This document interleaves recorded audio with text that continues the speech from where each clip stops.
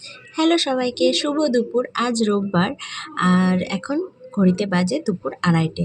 তো চলে এসেছি দুপুরে কী রান্নাবান্না করলাম সেটাই তোমাদের সাথে শেয়ার করব বলে।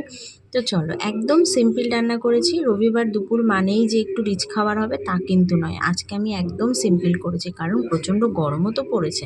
তো দেখো, প্রথমেই রয়েছে গরম গরম সাদা ভাত। তো ওই সবেমাত্রই ভাতটা আমি করে উপর দিয়েছিলাম, নামালাম।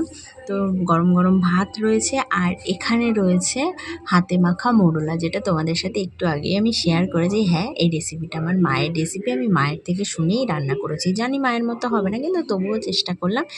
তো এই যে হাতে মাখা মোড়লা করেছি, আর এটা যেহেতু একটু শুকনো শুকনো, আর তার সাথে করেছি হচ্ছে রসুন দিয়ে পাতলা করে ডাল। আর ডাল বেশিরভাগ রসুন দিয়ে খেতেই আমার বর ভালোবাসেন, আমার মেয়েরও ভীষণ ফেভারিট রসুন ডাল। তো তাই জন্য আজকে ডালটা করেছি রসুন দিয়ে একদম পাতলা করে। মোট তো দেখো, এই যে গরমের একদম পারফেক্ট খাবার, তাই না? ডাল পাতে ডাল হলে কিন্তু আর বেশি কিছুই লাগে না। তো এই যে ছোট মাছ আর ডাল, এই হচ্ছে আজকে আমাদের দুপুরের মেনু। আর ডালের সাথে লেবু না থাকলে তো খাবার জমবেই না। তো তাই জন্য কেটে নিয়েছি কয়েকটা লেবু। তো এই ছিল আজকে দুপুরের মেনু। তোমাদের সবার কেমন লাগলো অবশ্যই কমেন্ট করে জানিও। আর ভালো লাগলে কিন্তু একটা লাইক করো, অবশ্যই কমেন্টে জানিও। টাটা, দেখাবে পরের একটা ভিডিওতে। টাটা, সবাই ভালো থেকো।